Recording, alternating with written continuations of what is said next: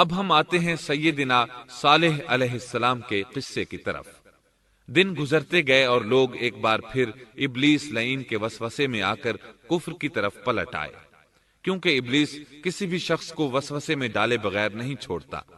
اس طرح ایک بار پھر کفر پھیل گیا، چنانچہ اللہ نے ان کی ہدایت کے لیے صالح علیہ السلام کو مبعوث فرمایا۔ یہ سمود کے پوتوں میں سے ایک عربی نبی تھے۔ ان کا نسب نامہ اس طرح ہے: صالح بن عبید بن سیاف بن ماشق بن عبید بن حاضر بن سمود بن ارم بن سام بن نوح علیہ السلام۔ گویا صالح علیہ السلام کا تعلق قوم سمود سے تھا، اور یہ قوم عاد کی نسل سے تھی۔ سمود کی قوم نے یمن کو خیر باد کہا اور جزیرے سے شمال کی طرف منتقل ہو گئے، پھر وہاں ہجر نامی ایک بستی میں جا ٹھہرے۔ قرآن کریم کی سورۃ الحجر اسی بستی کے نام سے موسوم ہے۔ قوم عاد کا تذکرہ سورۃ الحجر کے علاوہ سورۃ الاحقاف اور سورہ ہود میں بھی ہے۔ اللہ تعالیٰ سورۃ الحجر آیت 80 میں فرماتے ہیں: وَلَقَدْ كَذَّبَ أَصْحَابُ الْحِجْرِ الْمُرْسَلِينَ، اور ہجر والوں نے بھی رسولوں کو جھٹلایا۔ ہجر قوم سمود کا مرکزی شہر تھا۔ اب وہ مدائن صالح کے نام سے مشہور ہے۔ یہ شہر مدینہ منورہ کے شمال مغرب میں 380 کلومیٹر کے فاصلے پر واقع ہے۔ یہ لوگ بھی پہاڑوں کو تراش کر گھر بناتے تھے۔ یہ صنعت اور کاریگری انہوں نے قوم عاد سے وراثت میں پائی تھی۔ اللہ تعالیٰ سورۃ الفجر آیت 9 میں فرماتے ہیں: وَثَمُودَ الَّذِينَ جَابُوا الصَّخْرَ بِالْوَادِ، اور قوم سمود کے ساتھ کیا کیا جنہوں نے وادی میں بڑے بڑے پتھر تراشے تھے۔ قرآن مجید میں اللہ تعالیٰ ایک مقام پر فرماتے ہیں: اور ہم نے قوم عاد اور سمود کو غارت کیا، جن کے بعض مکانات آپ کے سامنے ظاہر ہیں۔ ان کے مکانات ان کی تباہی سے لے کر اب تک موجود ہیں۔ شام کے راستے میں خیبر، تیماء سے تبوک تک قوم سمود کے آثار پائے جاتے ہیں۔ یہ لوگ کس طرح پتھر تراش تراش کر گھر بناتے تھے، اللہ تعالیٰ نے سورۃ الاعراف آیت 74 میں اس کا ذکر کیا ہے۔ وَاذْكُرُوا إِذْ جَعَلَكُمْ خُلَفَاءَ مِن بَعْدِ عَادٍ وَبَوَّأَكُمْ فِي الْأَرْضِ تَتَّخِذُونَ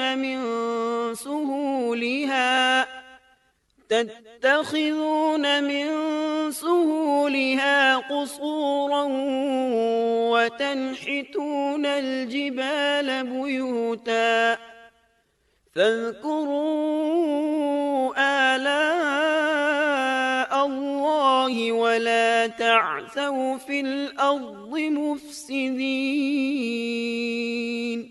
اس وقت کو یاد کرو جب اللہ تعالیٰ نے تمہیں قوم عاد کے بعد جانشین بنایا اور تمہیں زمین پر رہنے کا ٹھکانہ دیا کہ نرم زمین پر محل بناتے ہو اور پہاڑوں کو تراش تراش کر ان میں گھر بناتے ہو، سو اللہ کی نعمتوں کو یاد کرو اور زمین میں فساد مت پھیلاؤ۔ یہ آیت ان کی طاقت، جسم کی صلاحیت اور ماہر فن ہونے پر دلیل ہے۔ پہاڑوں کو تراشنا دراصل قوم عاد کی عادت تھی۔ یہ بھی چونکہ انہی سے تھے، اس لیے وراثت میں یہ کام انہیں بھی آ گیا تھا۔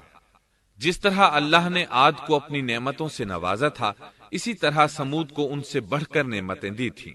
اللہ تعالیٰ صالح علیہ السلام کی زبانی ان سے فرماتے ہیں: اے قوم سمود، کیا تمہیں ان چیزوں میں بے فکری سے رہنے دیا جائے گا، یعنی باغات، چشموں، کھیتوں اور کھجوروں میں جن کا خوشہ ملائم ہے، اور تم پہاڑوں کو تراش کر پرتکلف گھر بناتے ہو؟ پس اللہ سے ڈرو اور میرا کہنا مانو۔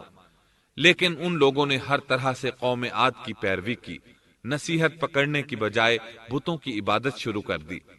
اللہ نے ان کے درمیان صالح علیہ السلام کو مبعوث فرمایا۔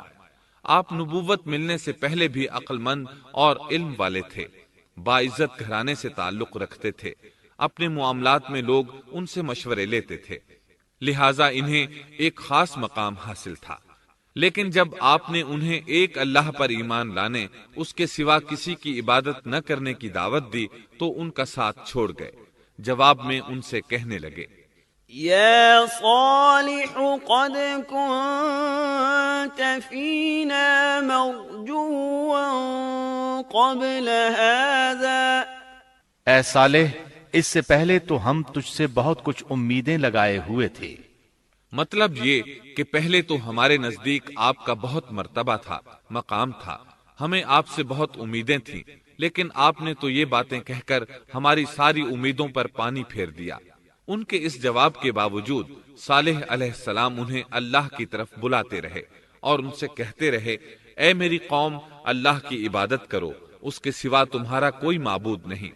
تمام انبیاء کی اپنی اپنی قوم کو یہی دعوت تھی کہ اے لوگو، اللہ کی عبادت کرو، اسی نے تمہیں زمین سے پیدا کیا ہے، اسی نے تمہیں زمین میں آباد کیا ہے، اس سے معافی طلب کرو، یقیناً میرا رب قریب ہے اور دعاؤں کو قبول کرنے والا ہے۔ اے میری قوم، تم نیکی سے پہلے برائی کی جلدی کر رہے ہو، اللہ سے معافی کیوں نہیں مانگتے کہ تم پر رحم کیا جائے؟ اللہ سے ڈرو، میری اطاعت کرو، حد سے گزر جانے والے بے باک لوگوں کی اطاعت سے باز آؤ، وہ ملک میں فساد پھیلا رہے ہیں اور اصلاح نہیں کرتے۔ صالح علیہ السلام نے ہود علیہ السلام کی طرح اپنی قوم کو نصیحت کی، لیکن ان ظالموں نے بھی اسی طرح کفر کیا جیسے قوم عاد نے کیا تھا۔ کہنے لگے، یہ کیسے ہو سکتا ہے کہ ہم اپنے میں سے ایک شخص کے تابع ہو جائیں؟ اس اکیلے کی اتنی زیادہ فضیلت کی آخر کیا وجہ ہے؟ ہم نہیں مان سکتے کہ ہم میں صرف اسی ایک پر اللہ کی باتیں نازل ہوتی ہیں۔ پھر وہ اس سے بھی آگے بڑھے اور اللہ کے نبی کو کھلے الفاظ میں پرلے درجے کا جھوٹا کہا، جادوگر کہا۔ پھر یہ سرکش اور کافر لوگ صالح علیہ السلام کے ساتھ ایمان لانے والے کمزور غریب لوگوں کو مخاطب کر کے کہنے لگے، کیا تم صالح پر ایمان رکھتے ہو؟ ہم تو اس کے منکر ہیں۔ اس طرح صالح علیہ السلام دن رات انہیں دعوت دیتے رہے، یہاں تک کہ یہ لوگ صالح علیہ السلام سے کہنے لگے، تم نے اور تمہارے ساتھیوں نے ہمارے اندر نحوست پھیلا رکھی ہے اور اسی لیے ہم مشکلات اور مصائب کا شکار ہیں، لہٰذا تم ہم سے دور ہو جاؤ۔ صالح علیہ السلام نے انہیں جواب دیا، تم پر نحوست اللہ کی طرف سے ہے، تم فتنے میں پڑے ہوئے لوگ ہو۔ پھر اس کے بعد وہ لوگ صالح علیہ السلام سے مکمل طور پر دشمنی کرنے لگے اور انہوں نے آپ کو یہاں تک کہہ دیا کہ آپ ہماری مجلس میں نہ آیا کریں کیونکہ آپ منحوس ہیں۔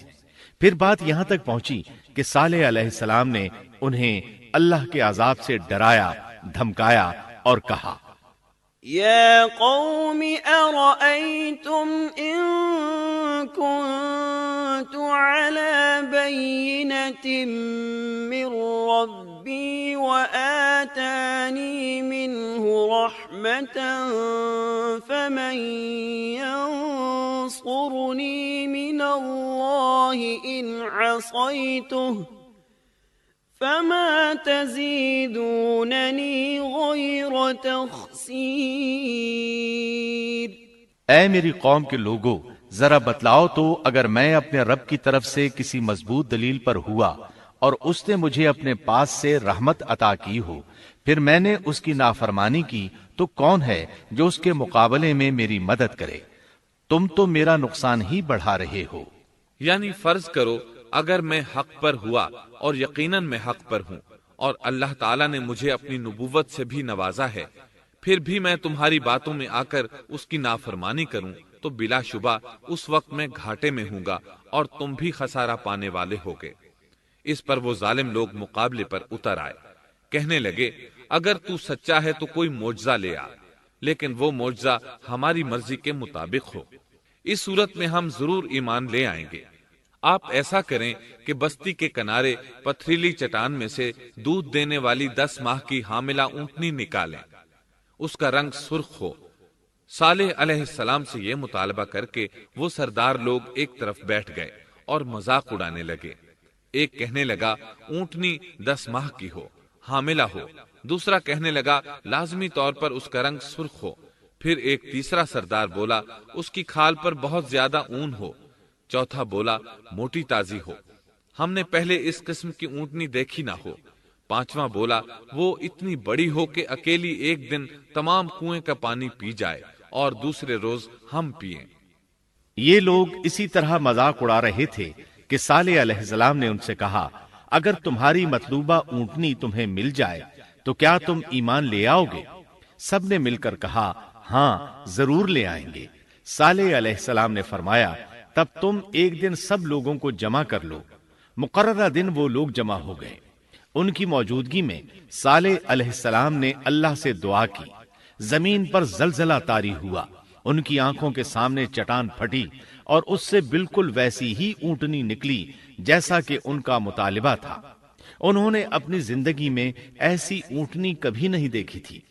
اس میں وہ تمام صفات موجود تھیں جن کا ذکر ان لوگوں نے کیا تھا۔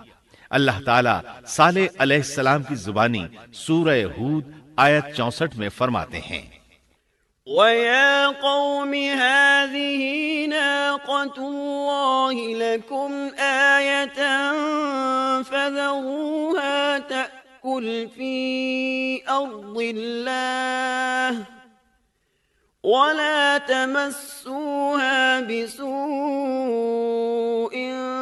فَيَأْخُذَكُمْ عَذَابٌ قَرِيبٌ۔ اے میری قوم، یہ اللہ کی بھیجی ہوئی اونٹنی ہے، یہ تمہارے لیے ایک معجزہ ہے۔ اب تم اسے اللہ کی زمین میں کھاتی ہوئی چھوڑ دو اور اسے کسی طرح کی تکلیف نہ پہنچاؤ، ورنہ فوری عذاب تمہیں آ پکڑے گا۔ اس اونٹنی کو چونکہ کسی اونٹنی نے جنم نہیں دیا تھا، اس لیے اس کو ناقۃ اللہ یعنی اللہ کی اونٹنی کہا گیا۔ پھر صالح علیہ السلام نے فرمایا، لوگو سن لو، ایک دن یہ اونٹنی پانی پیے گی، ایک دن تم پیو گے۔ تم میں سے کوئی اسے تکلیف نہ پہنچائے، ورنہ اللہ کا بدترین عذاب تم پر نازل ہوگا۔ سورۃ القمر میں اللہ فرماتے ہیں، بے شک ہم اونٹنی کو ان کے لیے آزمائش بنا کر بھیج رہے ہیں، تم صبر کے ساتھ ان کے انجام کا انتظار کرو۔ اس نشانی کے ظہور کے بعد اللہ تعالیٰ نے صالح علیہ السلام کو مخاطب کر کے فرمایا، تم اب دیکھتے رہو کہ ان کا انجام کیا ہوتا ہے، ان کی سختیوں پر صبر کرو۔ ان سے کہہ دو کہ پانی پر ایک دن ان کا اختیار ہوگا اور ایک دن اس اونٹنی کا، خبردار کوئی زیادتی نہ کرے اور اس اونٹنی کو پانی پینے سے نہ روکے۔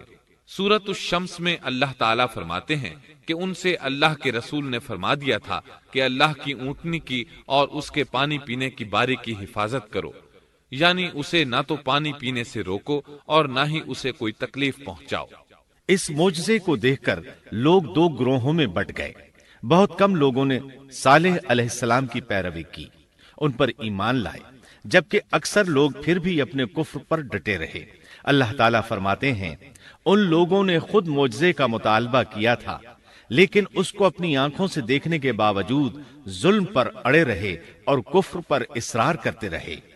سورۃ الحجر آیت 81 میں اللہ فرماتے ہیں، وَآتَيْنَاهُمْ آيَاتِنَا فَكَانُوا عَنْهَا مُعْرِضِينَ۔ اور انہیں ہم نے اپنی نشانیاں بھی عطا فرمائی تھیں، لیکن پھر بھی وہ ان سے گردن موڑنے والے ہی رہے۔ اسی طرح سورہ بنی اسرائیل میں اللہ تعالیٰ فرماتے ہیں، ہم نے قوم سمود کو نشان کے طور پر اونٹنی عطا فرمائی تھی، لیکن انہوں نے اس پر ظلم کیا۔ بلا شبہ وہ ایک واضح نشانی تھی، کوئی شخص یہ نہیں کہہ سکتا تھا کہ جادوگروں نے اسے پیدا کیا ہے۔ وہ اونٹنی ان میں موجود رہی، ان کے علاقے میں جہاں چاہتی چرتی، جب کنویں پر پانی پینے جاتی تو سارا پانی پی جاتی۔ وہ لوگ اس کا دودھ پیتے، دودھ سب کے لیے کافی ہو جاتا۔ ان کی آنکھوں کے سامنے اس نے ایک بچے کو جنم دیا، وہ شکل صورت میں بالکل اپنی ماں جیسا تھا۔ لوگ اسے دیکھ کر تعجب کرتے، بچہ اونٹنی کے ساتھ رہتا، یہ ایک واضح نشانی تھی، اس پر جادو کا گمان کیا ہی نہیں جا سکتا تھا۔ وہ اونٹنی ایک عرصے تک ان لوگوں میں رہی۔ اللہ فرماتے ہیں، ہم نے قوم سمود کو بطور نشان کے ایک اونٹنی دی تھی، لیکن انہوں نے اس پر ظلم کیا، حالانکہ یہ نشانیاں ہم لوگوں کو ڈرانے کے لیے ہی بھیجتے ہیں۔ وہ لوگ اس اونٹنی کو دیکھ کر متعجب ضرور ہوئے، لیکن ایمان پھر بھی بہت کم لوگ لائے، حالانکہ اس نشانی کے بعد انہیں چاہیے تھا ایمان لے آئیں۔ پھر ایک دن قوم کے سرداروں نے مشورہ کیا کہ اگر ہم نے صالح کو اسی طرح چھوڑ دیا تو کہیں لوگ ہمیں نہ چھوڑ دیں اور صالح کے پیروکار بن جائیں۔ اس اونٹنی نے تو ہمیں مصیبت میں ڈال دیا ہے، ہم پورا ایک دن پانی کو چھو بھی نہیں سکتے، کیونکہ یہ سارا دن پانی پیتی رہتی ہے۔ پھر یہ اس قدر دیو ہیکل ہے کہ اسے دیکھ کر ہماری بکریاں بھاگ جاتی ہیں، اونٹ اسے دیکھ کر خوفزدہ ہو جاتے ہیں، لہٰذا ہمیں چاہیے کہ اس سے چھٹکارا حاصل کر لیں۔ وہ آپس میں مشورہ کرتے رہے، آخر انہوں نے ایک آدمی منتخب کیا۔ مورخین کا اس پر اتفاق ہے کہ اس کا نام قدار بن سالف تھا، اس کے ساتھ اس کا ایک ساتھی بھی تھا۔ ان دونوں نے مل کر اونٹنی کو قتل کیا۔ اللہ تعالی سورۃ القمر آیت 29 اور 30 میں فرماتے ہیں، فنادوا صاحبهم فتعاطى فعقر فكيف كان عذابي ونذر۔ پھر انہوں نے اپنے ساتھی کو بلایا، تب اس نے ہاتھ بڑھایا اور اس کی کونچیں کاٹ دیں، پھر دیکھا ہمارا عذاب اور ڈراوا کیسا تھا۔ اس قدار کے بارے میں نبی کریم صلی اللہ علیہ وسلم کا ارشاد ہے کہ پہلے لوگوں میں سے سب سے زیادہ بدبخت یہی تھا۔ اللہ تعالیٰ نے قرآن مجید میں اس کا ذکر یوں فرمایا ہے، فنادوا صاحبہم، پھر انہوں نے اپنے ساتھی کو پکارا۔ سورۃ الشمس میں اللہ فرماتے ہیں، اذ انبعث اشقاها، جب ان میں بڑا بدبخت شخص اٹھ کھڑا ہوا۔ یہ بدبخت قدار اٹھا، اپنے ساتھی کو ساتھ لیا اور اونٹنی کو قتل کرنے کے لیے تیار ہو گئے۔ آپس میں مشورہ ہوا کہ یہ نہ کہا جائے ہم نے اسے قتل کیا ہے۔ اس طرح باقی لوگوں نے بھی ان سے اتفاق کیا۔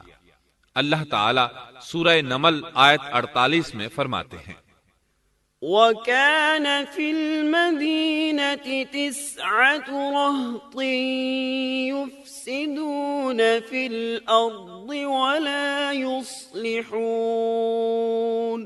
اور اس شہر میں 9 آدمی ایسے تھے جو زمین میں فساد کرتے تھے اور اصلاح نہیں کرتے تھے۔ مطلب یہ کہ یہ لوگ فساد کی انتہا کو پہنچے ہوئے تھے، ان میں بھلائی نام کو نہیں تھی اور نہ ان کا فساد کی اصلاح کا ارادہ تھا۔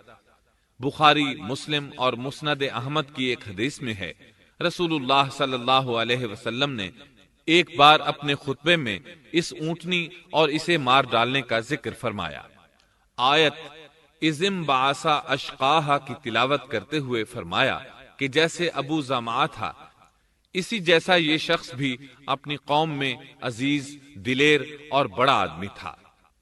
تمام لوگوں نے اس بدبخت کے ساتھ عہد کیا اور اسے یقین دہانی کرائی کہ اگر تمہارے ساتھ کسی نے برائی کا ارادہ کیا تو تمام قوم تمہاری حمایت میں اٹھ کھڑی ہوگی۔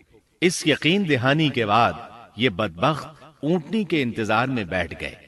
اونٹنی پہاڑ کی طرف سے آتی تھی اور پانی پی کر واپس چلی جاتی تھی، یہی اس کا معمول تھا۔ جب ان لوگوں نے چٹان سے اونٹنی کو نکلتے دیکھا تو اچانک حملہ کرنے کے لیے آگے بڑھے، لیکن اس کا جثہ دیکھ کر خوفزدہ ہو گئے، الٹے پاؤں بھاگے۔ بدبخت قدار نے اپنے ساتھیوں کی یہ حالت دیکھی تو ہنس پڑا اور آگے بڑھ کر اونٹنی کی ران میں تیر مارا۔ اس سے اونٹنی کی ران کی ہڈی ٹوٹ گئی اور وہ نیچے گر گئی۔ پھر اس ظالم نے اپنے ساتھیوں کو آواز دی اور آگے بڑھ کر اونٹنی کی کونچیں کاٹ دی۔ سورۃ الشمس میں اللہ تعالیٰ فرماتے ہیں، ان لوگوں نے اپنے پیغمبر کو جھوٹا سمجھ کر اس اونٹنی کی کونچیں کاٹ دیں، پس ان کے رب نے ان کے گناہوں کے باعث ان پر ہلاکت ڈالی اور پھر ہلاکت کو عام کر دیا اور اس بستی کو برباد کر دیا۔ اونٹنی کی کونچیں کاٹ دیے جانے کے بارے میں اللہ تعالیٰ ایک دوسرے مقام پر فرماتے ہیں کہ پس انہوں نے اونٹنی کو مار ڈالا اور اپنے پروردگار کے حکم سے سرتابی کی اور کہنے لگے، اے صالح، جن عذابوں سے تو ہمیں دھمکاتا رہتا تھا، اگر تو واقعی پیغمبر ہے تو ان عذابوں کو ہم پر نازل کرا دے۔ اونٹنی پر حملہ ہوتے ہی اس کا بچہ بھاگ نکلا تھا۔ وہ پہاڑ کی چوٹی پر چڑھ گیا، 3 مرتبہ بلبلایا۔ یہ بدبخت اس کے پیچھے بھاگے اور آخر اسے بھی قتل کر دیا۔ پھر تمام بستی والے جمع ہوئے، اونٹنی اور اس کے بچے کا گوشت تیار کیا اور مزے کے ساتھ اس کو کھایا۔ اس جرم میں ان سب نے شرکت کی، البتہ جو لوگ صالح علیہ السلام پر ایمان لے آئے تھے وہ الگ تھلگ رہے۔ صالح علیہ السلام کو جب یہ خبر ملی تو وہ گھبرائے ہوئے اونٹنی کے پاس پہنچے۔ اونٹنی بے جان پڑی تھی، اس کا بچہ بھی بے جان تھا۔ لوگ ان کے گرد جمع تھے اور ان کا گوشت کھا رہے تھے۔ اس وقت صالح علیہ السلام نے ان سے کہا، فقال تمتعوا في داركم 3 أيام ذلك وعد غير مكذوب۔ اس پر صالح نے کہا کہ اچھا تم 3 دن تک اپنے گھروں میں رہ سہ لو، یہ وعدہ جھوٹا نہیں ہے۔ مطلب یہ کہ تمہیں صرف 3 دن کی مہلت ہے، اس کے بعد تم سب کے سب ہلاک کیے جاؤ گے۔ وہ صالح علیہ السلام کی بات کو رد کرتے ہوئے انہیں دھمکیاں دینے لگے کہ جن عذابوں کا تو ہم سے وعدہ کر رہا ہے، اگر تو سچا ہے تو ان کو ہم پر نازل کر دے۔ اس کے بعد وہ جمع ہو کر مشورہ کرنے لگے کہ آج رات صالح کو بھی مار ڈالو۔ ان کے اس مشورے کے بارے میں اللہ تعالی سورۃ النمل آیات 48 اور 49 میں فرماتے ہیں، اس شہر میں 9 سردار تھے، وہ زمین میں فساد پھیلاتے رہتے تھے اور اصلاح نہیں کرتے تھے۔ انہوں نے آپس میں بڑی بڑی قسمیں کھا کھا کر عہد کیا کہ رات ہی کو صالح اور اس کے گھر والوں پر چھاپا ماریں گے اور اس کے وارثوں سے صاف کہہ دیں گے کہ ہم اس کے اہل کی ہلاکت کے وقت موجود نہیں تھے اور ہم بالکل سچے ہیں۔ اب یہ لوگ صالح علیہ السلام کے گھر کی طرف چلے۔ اللہ تعالیٰ سورۃ النمل آیات 50 اور 51 میں فرماتے ہیں، وَمَكَرُوا مَكْرًا وَمَكَرْنَا مَكْرًا وَهُمْ لَا يَشْعُرُونَ فَانظُرْ كَيْفَ كَانَ عَاقِبَةُ مَكْرِهِمْ أَنَّا دَمَّرْنَاهُمْ وَقَوْمَهُمْ أَجْمَعِينَ۔ اور انہوں نے ایک داؤ کھیلا، سو ہم نے بھی ایک ایسا داؤ کھیلا کہ انہیں خبر بھی نہ ہوئی۔ پھر دیکھو کہ ان کے داؤ کا کیا انجام ہوا، ہم نے انہیں اور ان کی ساری قوم کو ہلاک کر دیا۔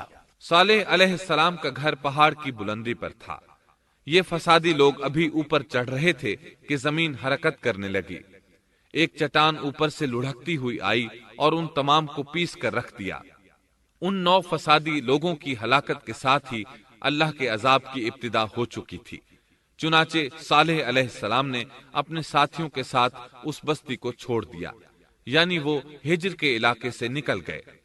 صبح ہوئی تو لوگوں نے ایک عجیب منظر دیکھا۔ قوم سمود کے تمام لوگوں کے چہرے زرد پڑ چکے تھے، وہ سب رونے لگے کیونکہ عذاب کے آثار شروع ہو چکے تھے۔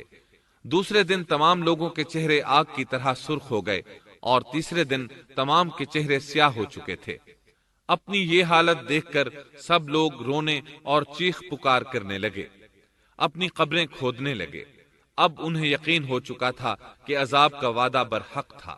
اللہ تعالیٰ نے انہیں پہلی قوموں کی طرح ایک قسم کا عذاب نہیں دیا تھا، جیسے قوم نوح کو صرف طوفان کے ذریعے ہلاک کیا گیا، قوم عاد کو صرف طوفانی ہوا کے ذریعے ہلاک کیا گیا، لیکن قوم سمود کو اللہ تعالیٰ نے طرح طرح کے عذابوں سے دوچار کیا، اس لیے کہ انہوں نے اپنی مطلوبہ شرط پوری ہونے کے باوجود ایمان قبول نہیں کیا تھا۔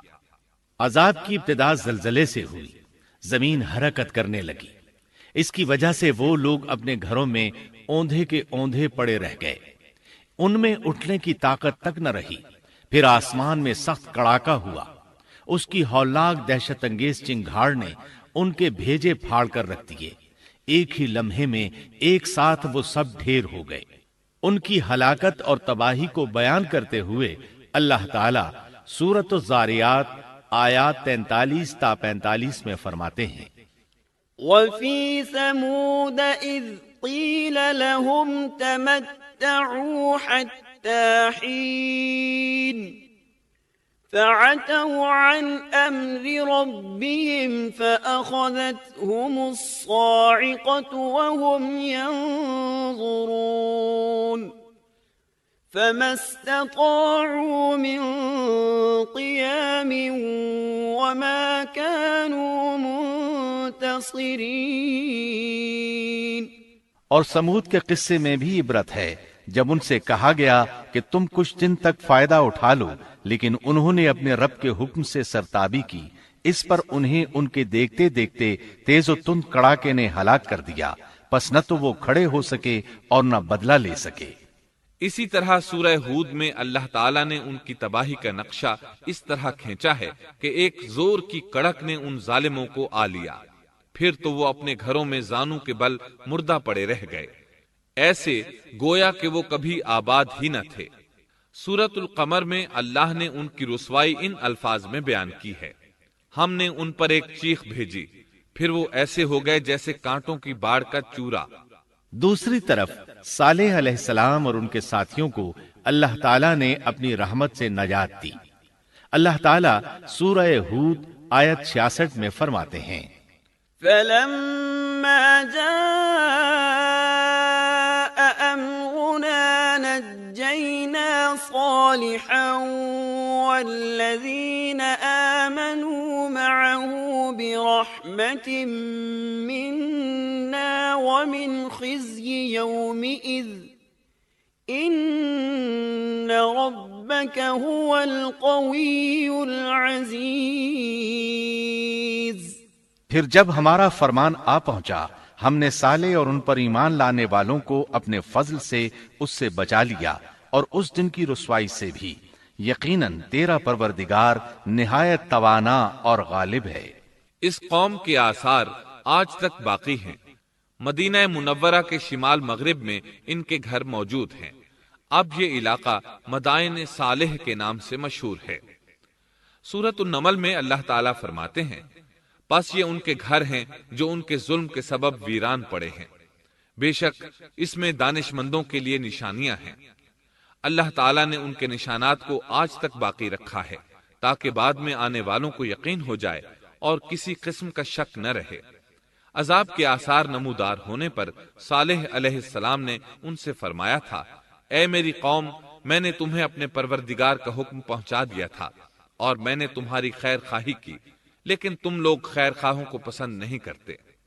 اس کے بعد صالح علیہ السلام اپنے ساتھیوں کے ساتھ وہاں سے ہجرت کر کے فلسطین آ گئے، وہیں رملہ نامی بستی میں رہنے لگے اور یہیں آپ کی وفات ہوئی۔ نبی کریم صلی اللہ علیہ وسلم صحابہ کرام رضی اللہ عنہم کے ساتھ تبوک تشریف لے گئے تو آپ نے مدائن صالح کے قریب قیام فرمایا تھا۔ صحابہ نے ان کنووں سے پانی لے لیا جو قوم سمود کے استعمال میں رہے تھے، کچھ برتن بھی وہاں سے لے لیے۔ آپ کو پتہ چلا تو آپ نے حکم فرمایا: ان برتنوں کو توڑ دو اور اس پانی کو بہا دو، اور اس پانی سے جو کھانا تیار کیا ہے اس کو الٹ دو۔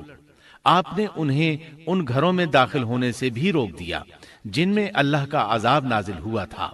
آپ صلی اللہ علیہ وسلم نے فرمایا: میں ڈرتا ہوں تم پر بھی ایسا عذاب نہ آ جائے جیسا ان پر آیا تھا، اس لیے ان کے علاقے میں داخل نہ ہوا کرو، اور اگر داخل ہونا پڑ جائے تو روتے ہوئے داخل ہوا کرو، اور رونا نہ آئے تو رونے جیسی شکلیں بنا لیا کرو تاکہ تمہارا شمار ظالموں میں نہ ہو۔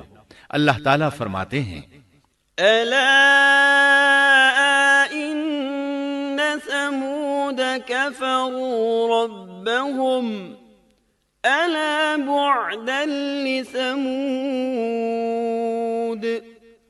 آگاہ رہو، قوم سمود نے اپنے رب سے کفر کیا، سن لو ان سمودیوں پر پھٹکار ہے۔ قرآن میں ان کا قصہ 26 سے زائد مرتبہ بیان کیا گیا ہے۔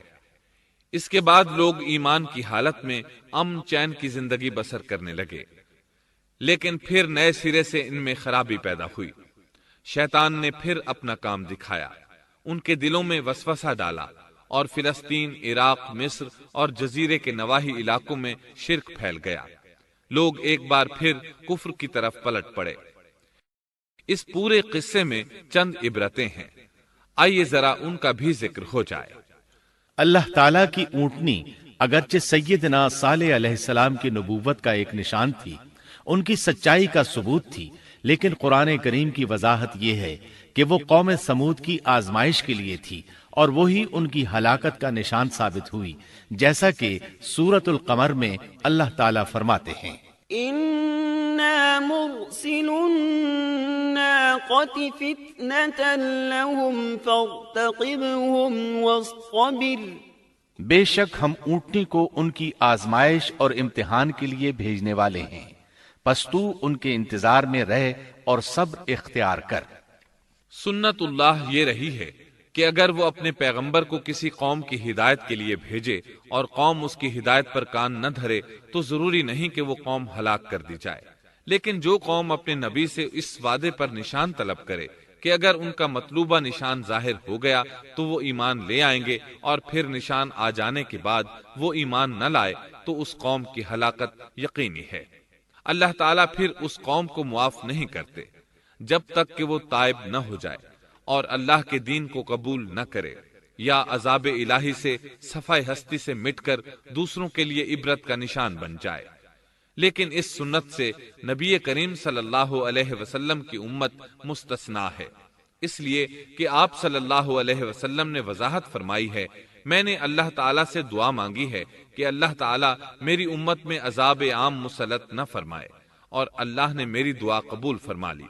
قرآن میں اللہ تعالیٰ نے نبی کریم صلی اللہ علیہ وسلم کی اس بات کی یوں تصدیق کی ہے، وَمَا كَانَ اللَّهُ لِيُعَذِّبَهُمْ وَأَنْتَ فِيهِمْ۔ اے رسول، اس حال میں کہ تو ان میں موجود ہے، اللہ تعالیٰ ان کافروں پر عذاب مسلط نہیں کرے گا۔ اور یہ ایک خطرناک غلطی ہے، نفس کا دھوکہ ہے کہ انسان عیش و عشرت اور دنیاوی جاہ و جلال کو دیکھ کر یہ خیال کر بیٹھے، یہ گمان کر لے کہ جس قوم یا فرد کے پاس یہ سب کچھ موجود ہے وہ ضرور اللہ تعالیٰ کے سائے میں ہے، اور یہ کہ ان کی یہ خوش عیشی اس بات کی علامت ہے کہ اللہ تعالیٰ کی خوشنودی ان کے ساتھ ہے۔ یہ نفس کا دھوکہ ہے، غلط فہمی ہے، بلکہ کج فہمی ہے۔ قرآن کریم کے اس واقعے میں جگہ جگہ اس بات کی وضاحت ہے کہ بعض اوقات زیادہ سے زیادہ خوش عیشی زیادہ سے زیادہ عذاب کا پیش خیمہ ثابت ہوتی ہے، اگرچہ قوموں کے لیے اس کی مدت چند ماہ یا چند سال نہیں بلکہ گھبرا دینے والی مدت ہی کیوں نہ ہو، مگر ہر قسم کی دنیاوی کامیابیوں اور خوش عیشیوں کے ساتھ جب ظلم، سرکشی اور غرور کسی قوم کا مستقل شعار بن جائے تو سمجھ لو اس کی تباہی اور ہلاکت کا وقت قریب آ پہنچا۔ اللہ تعالیٰ فرماتے ہیں، تیرے رب کی پکڑ بہت سخت ہے، لیکن اس کے ساتھ ہی یہ بات بھی ہے کہ کسی قوم میں تمام تر خرابیوں کے باوجود اگر قوم سے اکثر افراد اللہ کے شکر گزار ہوں، اس کے بندوں کے ساتھ انصاف کرنے والے اور آپس میں نیک نیت اور خیرخواہی کرنے والے ہوں تو بلا شبہ وہ اللہ کے ہاں مقبول بندے ہیں، اور انہی کو دنیا اور آخرت کی کامیابیوں کی بشارت ہے، اور انہی کے لیے یہ دنیاوی عیش اللہ کی بے انتہا نعمتوں کی علامت ہے۔ انہی الفاظ پر سیدنا صالح علیہ السلام کا قصہ اختتام کو پہنچا۔